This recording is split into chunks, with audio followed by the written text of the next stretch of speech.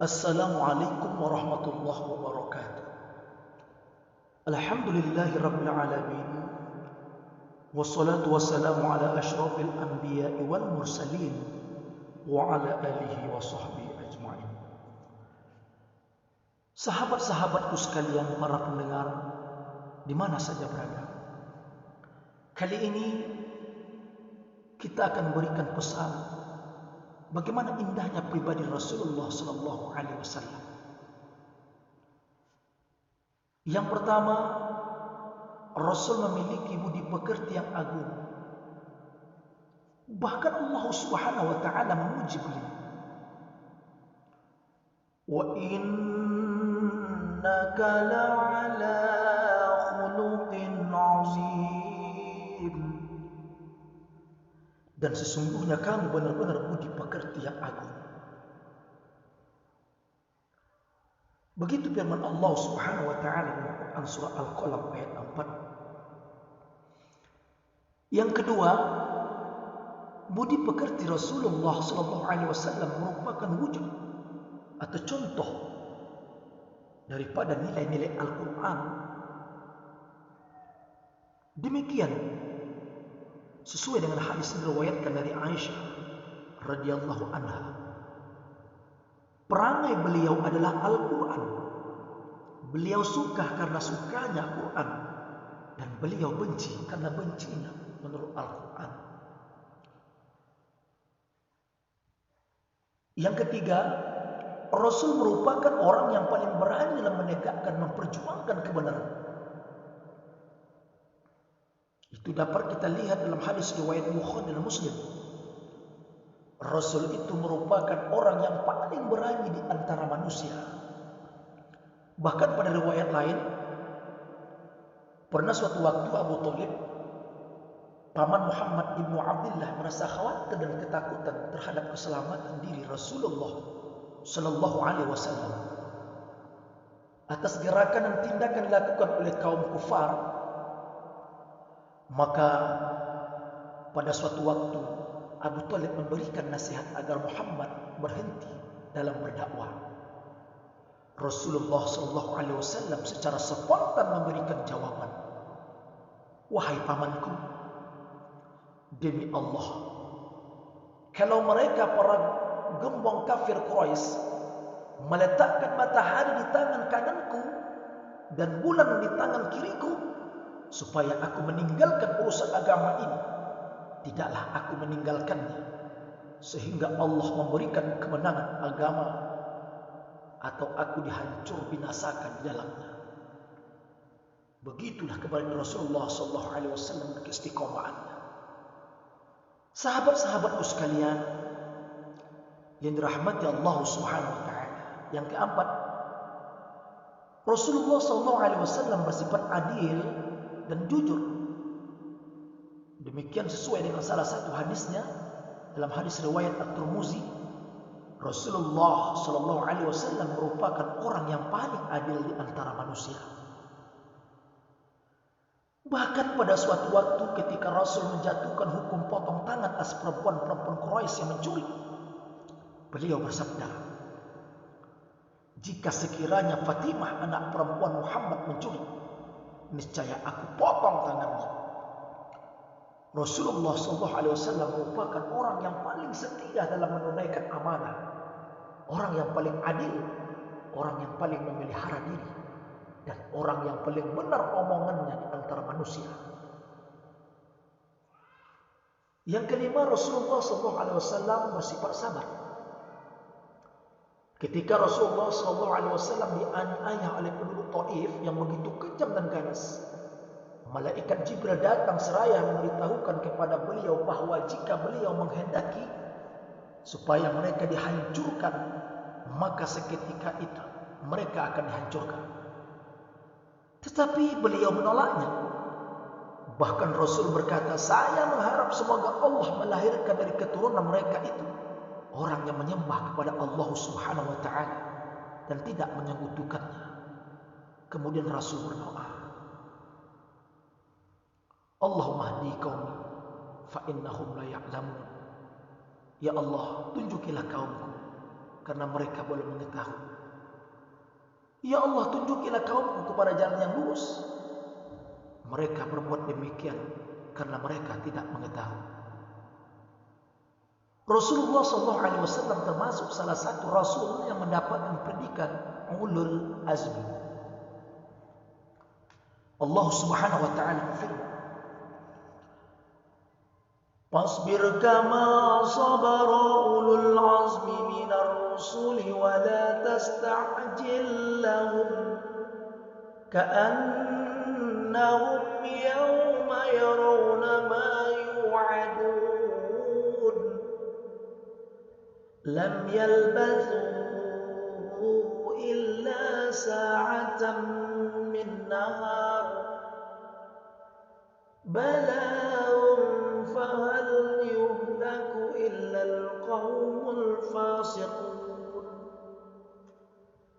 Maka bersabarlah kamu seperti orang-orang yang mempunyai keteguhan hati dan rasul-rasul yang telah bersabar, dan janganlah kamu meminta disegerakan azab bagi mereka pada hari mereka melihat azab yang diancamkan kepada mereka, merasa seolah-olah tidak tinggal di dunia melainkan sesaat pada siang hari.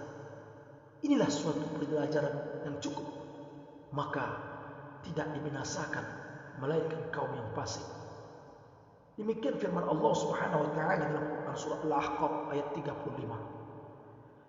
Yang keenam, keindahan pribadi Rasulullah SAW adalah Rasulullah bersifat lembut, pemaaf dan peduli, bukan tipe pengutuk dan pendendam. Allah Subhanahu wa taala berfirman dalam Quran surah Ali Imran ayat 159. Maka disebabkan rahmat dari Allah lah kamu berlaku lemah lembut terhadap mereka. Sekiranya kamu bersikap keras lagi berhati kasar, tentulah mereka menjauhkan diri dari sekelilingmu. Karena itu maafkanlah mereka, mohonkanlah ampunan bagi mereka, dan bermusyawarahlah dengan mereka dalam urusan itu. Kemudian apabila kamu telah membulatkan tekad, maka bertakwalah kepada Allah. Sesungguhnya Allah menyukai orang-orang yang bertawakal kepadanya. Rasulullah SAW tidak mempunyai sifat keji, tidak mencari kekejian, dan tidak pula bersuara yang keji, serta tidak pula membalas kejahatan dengan kejahatan. Tetapi beliau itu pemaaf dan pengampun. Begitu dalam hadis riwayat At-Tirmidzi. Bagaimana keindahan kepribadian Rasulullah SAW?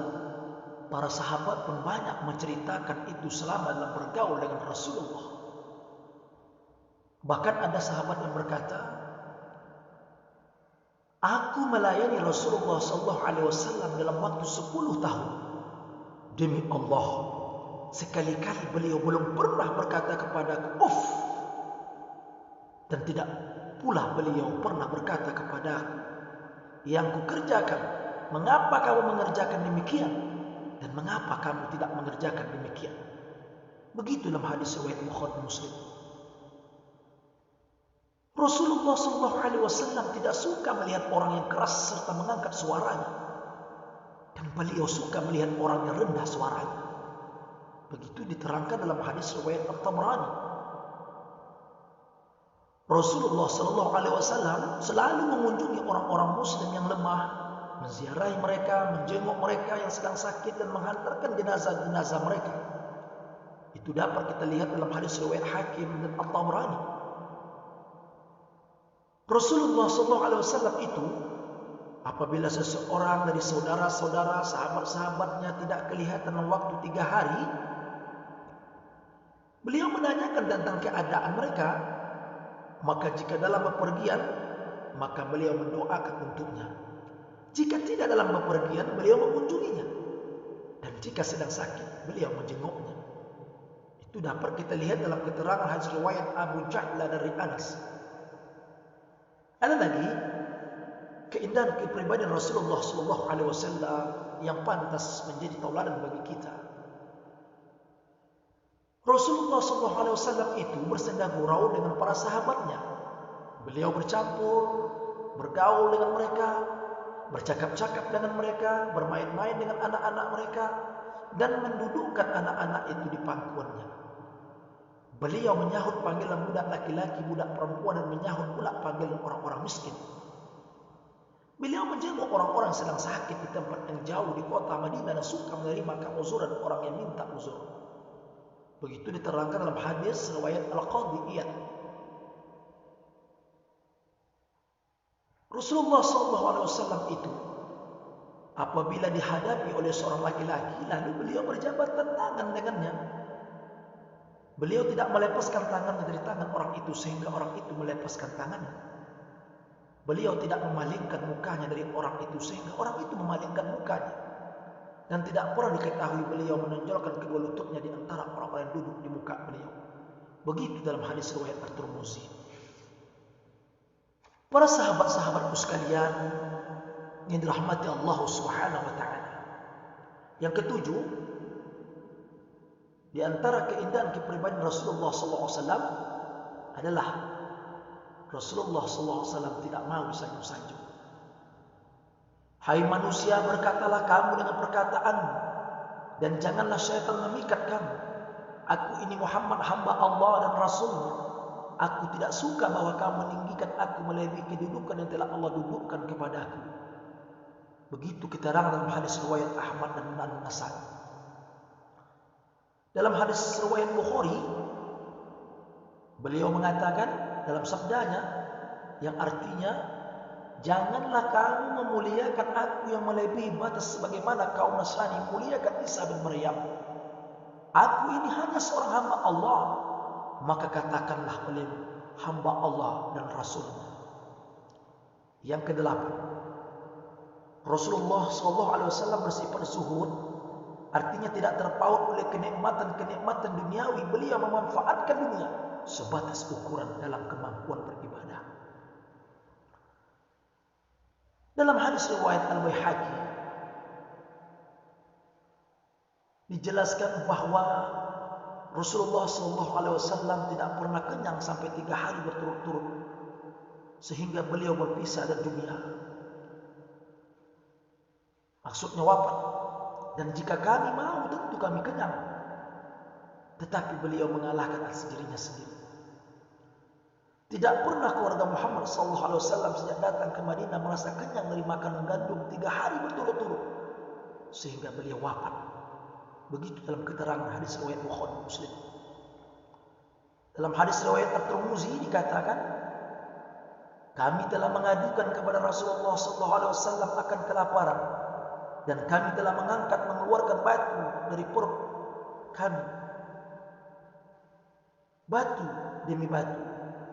Maka Rasulullah pun mengeluarkan juga dari perutnya 2 buah batu. Dalam hadis riwayat At-Tirmidzi, sahabat-sahabatku sekalian, para pendengar rahimakumullah, di mana saja berada, Tuhan pernah mengemukakan kepadaku akan menjadikan emas pada gunung-gunung di Mekah untukku. Aku berkata, tidak ya Allah. Akan tetapi aku suka sehari kenyang dan sehari lapar. Atau beliau berkata 3 hari atau seumpama itu. Maka apabila aku lapar, aku menghampirkan diriku kepada engkau dan ingat engkau. Dan apabila aku kenyang, aku bersyukur kepada engkau dan memuji kepada engkau. Rasulullah SAW tidak pernah menyimpan suatu makanan untuk besok. Begitu diterangkan dalam hadis riwayat At-Tirmidzi. Bahkan yang nampaknya sangat perlu dan sangat penting untuk dihayati dan direnungkan adalah hadis Rasulullah SAW dari Abu Hurairah radhiyallahu anhu berkata, Rasulullah SAW berdoa, wahai Allah, berilah keluarga Muhammad dengan rezeki yang hanya bisa untuk menghilangkan lapar saja. Mengapa Rasul mencontohkan untuk tidak larut dalam kehidupan dunia? Ini bisa dipahami bahwa dunia bagi orang yang beriman bukan sebagai tujuan akhir. Dunia bagi orang muslim bukan sebagai tempat untuk melampiaskan segala kemauan nafsu. Dunia merupakan medan perjuangan dalam mempersiapkan bekal untuk kehidupan kelak di akhirat. Orang yang mencintai dunia boleh jadi ia akan terlena dan akhirnya ia lupa tentang masalah-masalah ukhrawi. Bukankah Allah Subhanahu wa taala firman dalam Al-Qur'an surah Ali Imran ayat 185, kullu nafsin za'iqatul maut wa innama tuwaffuna ujurakum yawmal qiyamah faman zuhziha 'anil nari wa adkhilal jannata faqad faz wa mal hayatud dunya illa mata'ul ghurur. Artinya, tiap-tiap yang berjiwa akan merasakan mati. Dan sesungguhnya pada hari kiamat sajalah disempurnakan pahalamu. Barang siapa dijauhkan dari neraka dan dimasukkan ke dalam surga, maka sungguh ia telah beruntung. Kehidupan dunia itu tidak lain hanya dengan yang memperdaya. Sahabatku sekalian rahmati Allah Subhanahu wa taala. Bahkan dalam Al-Qur'anul Karim surah Ibrahim ayat 3, Allah Subhanahu wa taala firman, "Alladzina yastahibbuna al-hayata ad-dunya 'ala al-akhirah wa yasudduna 'an sabilillahi wa yabghunaha 'iwaja ulaika fi dhalalim ba'id." Yaitu orang-orang yang lebih menyukai kehidupan dunia daripada kehidupan akhirat dan menghalang-halangi manusia dari jalan Allah dan menginginkan agar jalan Allah itu bengkok. Mereka itu berada dalam kesesatan yang jauh. Mari kita perhatikan, kita renungkan Al-Quran surah Al-Kahfi ayat 46. Allah Subhanahu wa taala firman, "Al-mal wal banuna zinatul hayatid dunya wal baqiyatus salihatu khairun 'inda rabbika thawaban wa khairun amala." Artinya, harta dan anak-anak adalah perhiasan kehidupan dunia, tetapi amalan-amalan yang kekal lagi soleh adalah lebih baik pahalanya di sisi Tuhanmu, serta lebih baik untuk menjadi harapan. Sahabat-sahabatku kaum muslimin dan muslimat rahimakumullah, alangkah banyaknya nasihat-nasihat dari firman Allah yang mulia dalam Al-Quranul Karim tentang kehidupan dunia. Itu juga bisa kita lihat dalam firman Allah Subhanahu wa taala Quran surah Hud ayat 15 sampai 16, yang artinya, barang siapa yang menghendaki kehidupan dunia dan perhiasannya, niscaya kami berikan kepada mereka balasan pekerjaan mereka di dunia dengan sempurna, dan mereka di dunia itu tidak akan dirugikan. Itulah orang-orang yang tidak memperoleh di akhirat kecuali neraka, dan lenyaplah di akhirat itu apa yang telah mereka usahakan di dunia, dan sia-sialah apa yang telah mereka kerjakan. Masya Allah, semoga kita tak termasuk orang-orang yang sia-sia. Sahabat-sahabatku sekalian kaum muslimin wal muslimat rahimakumullah, bahkan tentang kezuhudan Rasulullah SAW dapat lebih dipahami melalui sabda-sabdanya yang merupakan pancaran hakikiyah jiwanya.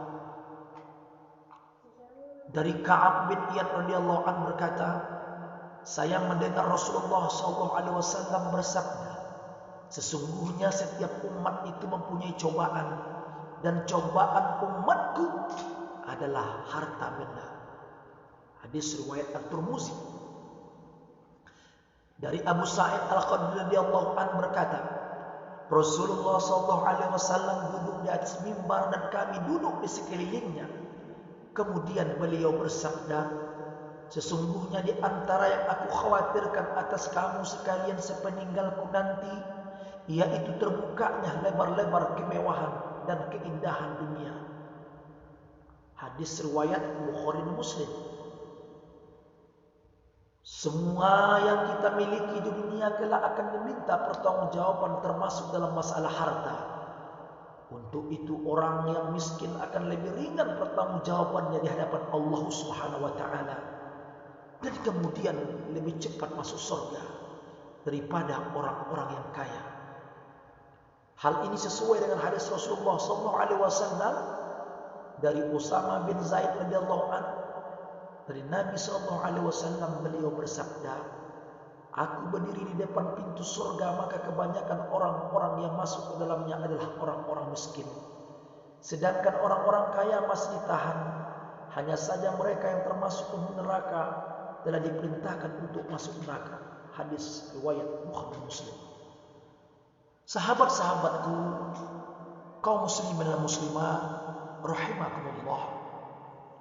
Yang terakhir, di antara keindahan kepribadian Rasulullah SAW adalah Rasul rela berkorban, baik berupa waktu, harta, maupun juga jiwanya. Beliau bukanlah seorang panglima yang hanya sekadar instruksi memimpin anak buahnya di medan tempur. Beliau bukanlah seorang direktur yang hanya menunjuk dan memerintahkan bawahannya. Beliau bukanlah seorang presiden yang hanya memerintahkan jajarannya. Beliau ikut terjun langsung dalam medan pertempuran. Beliau siap lapar, rela membawa pedang, dan selalu maju ke depan laga untuk menjadi perisai sahabat-sahabatnya. Beliau merupakan sosok pemimpin yang bersahaja, karismatik, mempunyai kapabilitas dan sangat populis, merakyat di antara sahabat-sahabatnya. Bahkan beliau tidak mau diposisikan lebih terhormat di antara yang lainnya, serta rela berkorban apapun yang beliau miliki, sekalipun jiwanya, demi meluhurkan, memuliakan, dan mengagungkan kalimat ilahi. Sikap Rasul seperti ini nampaknya selaras dengan firman Allah Subhanahu wa taala. Innamal mu'minuna allazina amanu billahi wa rasulih thumma lam yartabu wa jahadu bi amwalihim wa anfusihim fi sabilillah ulaika humus shadiqun. Sesungguhnya orang yang beriman hanyalah orang yang beriman kepada Allah dan Rasul-Nya. Kemudian mereka tidak ragu-ragu dan mereka berjihad dengan harta dan jiwa mereka pada jalan Allah. Mereka itulah orang-orang yang benar. Demikian firman Allah dalam Quran surah Al-Hujurat ayat 15. Mari kita renungkan pula Quran surah Al-Furqan ayat 52.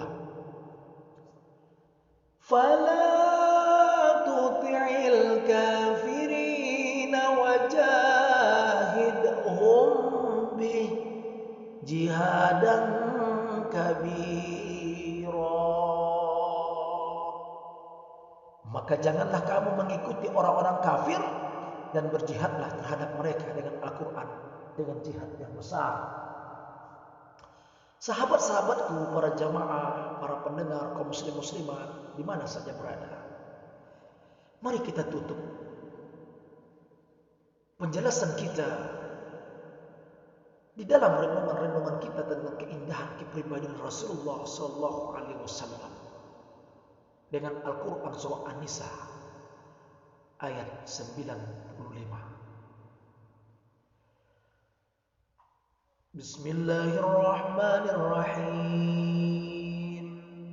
La yastawil qa'iduna minal mu'minina ghairu ulid darari wal mujahiduna fi sabilillah bi amwalihim wa وأنفسهم فضل الله المجاهدين بأموالهم وأنفسهم على القاعدين درجة وكلا وعد الله الحسنى وفضل الله المجاهدين على القاعدين أجرا عظيما. Artinya, tidaklah sama antara mukmin yang duduk yang tidak turut berperang, yang tidak mempunyai uzur, dengan orang-orang yang berjihad di jalan Allah dengan harta dan jiwanya. Allah melebihkan orang-orang yang berjihad dengan harta dan jiwanya atas orang-orang yang duduk satu derajat. Kepada masing-masing mereka Allah menjanjikan pahala yang baik, syurga. Dan Allah melebihi orang-orang yang berjihad di atas orang-orang yang duduk dengan pahala yang besar. Semoga apa yang kami sampaikan bermanfaat untuk kita di dalam mentauladani keindahan kepribadian Rasulullah SAW yang kita cintai, kita rindukan syafaatnya, dan beliau merupakan tauladan terbaik untuk kita jadikan ikutan pedoman dalam rangka mendekatkan diri kepada Allah Subhanahu wa taala, mengikuti sunnah Rasulullah sallallahu alaihi wasallam. Semoga bermanfaat. Wallahu a'lam bishawab. Billahi taufiq wal hidayah. Wassalamu alaikum warahmatullahi wabarakatuh.